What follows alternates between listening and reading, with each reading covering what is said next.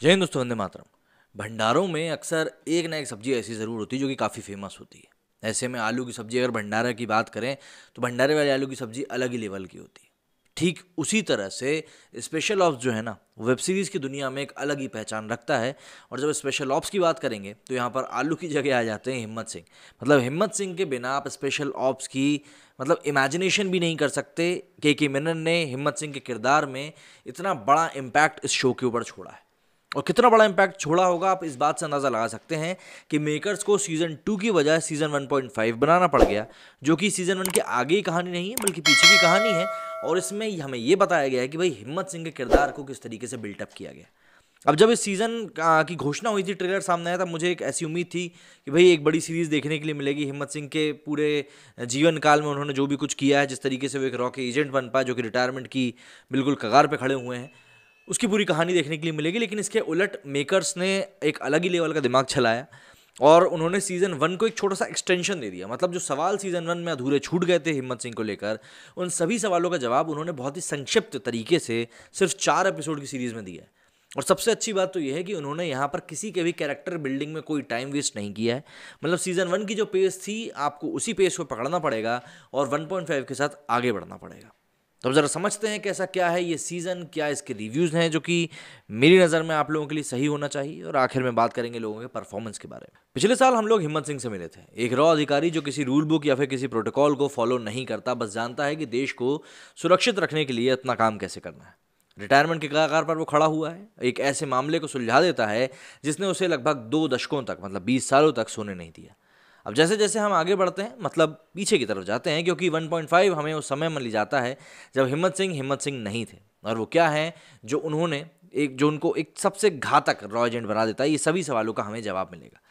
जासूसी थ्रिलर और suspense drama के साथ नीरज पांडे ने अपने लिए एक अलग ही नीश बना ली, एक अलग ही जगह बना ली। स्पेशल ऑप्स के साथ नीरज उस एरिया के काफ़ी करीब आ चुके हैं जो राज एंड डीके ने मनोज वाजपेयी के साथ द फैमिली मैन में करके दिखाया। लेकिन नीरज ने यहाँ थोड़ा मसाला अलग करके स्पेशल ऑप्स को पूरी तरह से बदल डाला। 1.5 में हम हिम्मत सिंह से मिलते हैं जब हिम्मत सिंह नहीं था। जिसे हमने सीजन 1 में देखा था, वो सिर्फ एक खुफिया अधिकारी था जिसके पास उस दिन तक, मतलब उस पर्टिकुलर दिन तक कोई अधिकार नहीं था जब तक उसने खुद चीज़ों को अपने हाथ में लेने का फैसला नहीं किया था। बेनज़ीर अली फिदा और दीपक किंगरानी के साथ नीरज पांडे द्वारा लिखा गया स्पेशल ऑप्स 1.5 वर्तमान टाइम को स्वीकार करता है, एक्सेप्ट करता है और महामारी के बाद की दुनिया में ये स्थापित है। लेखन उसी टेम्पलेट का अनुसरण करता है जहां हिम्मत सिंह के बारे में एक नई जांच निर्धारित की जाती है। लेकिन इस बार अच्छा ये है कि विनय पाठक बैठकर यहाँ पर अपनी खुद की कहानी सुना रहे हैं, मतलब खुद की नज़र से वो हिम्मत सिंह की कहानी सुना रहे हैं। लेखक अच्छी तरह से जानते हैं कि सीज़न 1 को रिलीज़ हुए ज़्यादा समय नहीं हुआ, इसलिए वो सीज़न 1.5 की स्पीड को सेटअप करने में बिल्कुल भी टाइम वेस्ट नहीं करते हैं। बल्कि मैं तो कहता हूँ कि ये एक स्ट्रेटेजिक स्टेप है, क्योंकि ये सीज़न 2 नहीं है, ये बस पहले सीज़न का छोटा सा एक्सटेंशन है और कुछ भी नहीं। हम जानते हैं कि कैसे 2001 के सांसद हमलों ने हिम्मत सिंह के सामने एक ऐसे केस को खोलने का काम किया था जिस पर कि किसी की नज़र भी नहीं पड़ी थी और भरोसा तो किसी ने किया ही नहीं था। सीज़न 1.5 उसी के मोटिवेशन के बारे में बात करता है और साथ में हम हिम्मत की पर्सनल लाइफ के बारे में भी जान पाते हैं। ये सीरीज़ एक सिंपल सीरीज़ नहीं है जो केवल एक बुरे आदमी के बारे में है या शायद एक आतंकवादी गिरोह के बारे में जिसके पीछे रॉ के सभी ट्रेंड ऑफिसर्स एक ग्रुप हंट कर रहे हैं, बल्कि ये डेटा लूटने वाली एक पूरी सिंडिकेट को बर्स्ट करने के बारे में है, जो कि आज के प्रारूप के हिसाब से काफ़ी ठीक भी लगती है। जब हम बात करते हैं डेटा की, तो आज की डेट में डेटा ही सोना हो चुका है। इसलिए आप देखेंगे कि अधिकतर ये खबरें बाहर आती ही रहती हैं कि फला कंपनी का डेटा चोरी हो गया या वहाँ से इतने करोड़ लोगों का डेटा चोरी हो गया। 4 एपिसोड के लिमिटेड टाइम का ये शो ना केवल वांटेड क्रिमिनल्स की तलाश करने के लिए हमें अलग अलग देश को घुमाता है, बल्कि वहाँ के कल्चर्स को भी सीधा हमारे दिल से टच करवाता है।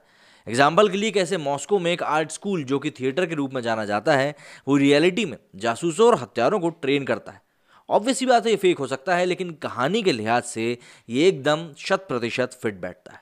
नीरज और शिवम नायर ने इस बार सिर्फ कुछ कैरेक्टर्स पर फोकस करने का रिस्क उठाया है।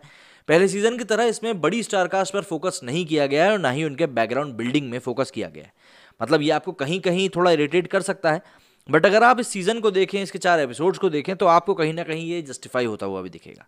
इसलिए सीरीज के यहाँ पर मोनोटोनस होने का थोड़ा सा खतरा ज़रूर था, क्योंकि यहाँ पर कैरेक्टर बिल्डिंग नहीं थी। लेकिन जो नीरज पांडे हैं और जो उनकी राइटिंग की कला है, उन्होंने इसमें हिम्मत सिंह की लाइफ में कुछ ऐसे ट्विस्ट डाल दिए हैं कि ये कहानी चाहकर भी मोनोटोनस बनी नहीं पाती है। स्पेशल ऑप्स में हम बात करें कि लोगों ने एक्टिंग कैसी करी है, तो भाई ऑब्वियस सी बात है, ये मतलब कमेंट करने लायक बात ही नहीं है।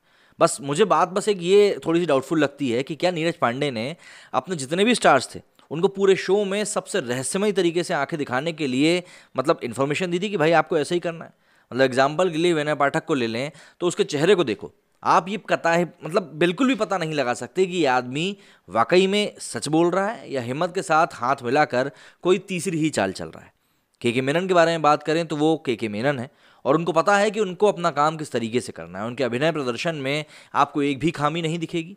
वो थोड़े से वल्नरेबल यहाँ पर ज़रूर हैं भाई, क्योंकि देश की पूरी सुरक्षा का जिम्मा उनके कंधों पर है।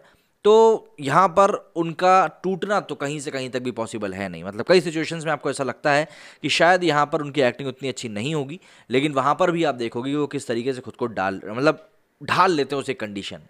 वो खुद को इकट्ठा करते हैं और बदला लेने के लिए अपने गुस्से का यूज़ करते हैं, लेकिन कहीं पर भी आपको आउटबर्स्ट देखने के लिए नहीं मिलेगा। मतलब ओवर द टॉप ड्रामा देखने के लिए नहीं मिलेगा, कोई भी ड्रामेटिक ओवर ड्रामेटिक सीन एक भी सीन देखने के लिए नहीं मिलेगा।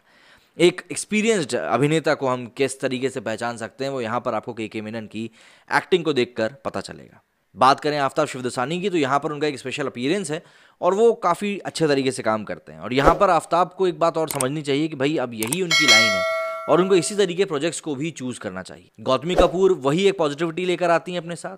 मतलब सीज़न 1 में हम उनको इतना पसंद नहीं कर पाए थे, कहीं कहीं लग रहा था कि वो लैग कर रही हैं, लेकिन अब जबकि उनकी पूरी कहानी हमारे सामने क्लियर हो चुकी है तो ऑब्वियस सी बात है उनके कैरेक्टर को समझने में आपकी यहाँ पर दिलचस्पी और भी ज़्यादा बढ़ जाएगी। आदिल खान जो कि इसमें विलन का किरदार निभा रहे हैं, उनके पास एक मतलब ये कहें कि बहुत बड़ा हिस्सा तो नहीं था, लेकिन फिर भी जितना भी हिस्सा उनके पास था उन्होंने इस हिस्से में काफ़ी अच्छी एक्टिंग करी है। आदिल उस सिंडिकेट का सिर्फ एक हिस्सा है, लेकिन उन्होंने उस हिस्से को भी काफ़ी अच्छे से निभाया है। और के मेनन के सामने मतलब एज अ विलन, आप हीरो के सामने एज अ विलन खड़े हो रहे हो तो आपको वैसे भी एक अच्छी परफॉर्मेंस देनी होगी, जो कि उन्होंने यहाँ पर दे के बखूबी दिखाई है। इसे सिर्फ 4 एपिसोड का सीज़न बनाने का फैसला शायद एक हम लंबा गोल भी मान सकते हैं। एपिसोड 3 के आखिरी तक कुछ चीज़ें तेज़ होने लगती हैं भीड़ से, मतलब ऐसा लगता है कि शायद आपको आखिर में देखने के लिए कुछ और अच्छी चीज़ मिल सकती है, लेकिन यहाँ पर कुछ चीज़ें हैं जो कि आपको ओवर द टॉप ड्रामेटिक ही लगेंगी, पर फिर भी आपको ये लगेगा कि नहीं यार ये शो वाकई में अच्छा है। नीरज पांडे की हम लोग यहाँ पर बात करें, नीरज पांडे ने अपना काम बहुत अच्छे से निभाया है। प्लस आपको ये शो देखकर कहीं से कहीं तक भी ये फील नहीं होगा कि नहीं यार यहाँ पर हमारे साथ धोखा हो गया है। जाते जाते बात करें वीएफएक्स की, तो देखिए ऐसे शोज़ जहाँ पर एक एजेड कैरेक्टर को जवान दिखाना होता है, ऐसे में वीएफएक्स इन सब का बहुत बड़ा रोल होता है और यहाँ पर ये बहुत अच्छे से किया गया है। क्योंकि आप देखेंगे, आपको याद होगी राधे मूवी, जिसमें कि सलमान खान के साथ जो वीएफएक्स किया गया था उनकी बॉडी के ऊपर, वो कितना हास्यास्पद हो गया था। तो ऐसे में ये एक दोधारी तलवार की तरह होता है, जहाँ पे स्पेशल ऑप्स एक बार फिर से पास हो गया। तो ऑल इन ऑल अगर मैं आपको बॉटम लाइन की बात करूँ तो देखिए स्टार तो गए तेल लेने, लेकिन आपको समझना ये पड़ेगा कि भाई अगर आप आने वाले वीकेंड के ऊपर कुछ एक अच्छी वेब सीरीज़ देखने की प्लानिंग कर रहे हैं तो स्पेशल ऑप्स आपकी लिस्ट में सबसे ऊपर होनी चाहिए, क्योंकि ये वाकई में over the top he web series है। मेरे वीडियो फिलहाल इतना ही। यदि आप लोगों ने देख लिया तो अपना रिव्यू मुझे ज़रूर बताएं, और अगर देखने की प्लानिंग कर रहे हैं तो देखने के बाद बताएं। मेरे वीडियो फिलहाल इतना ही। जय हिंद, जय भारत।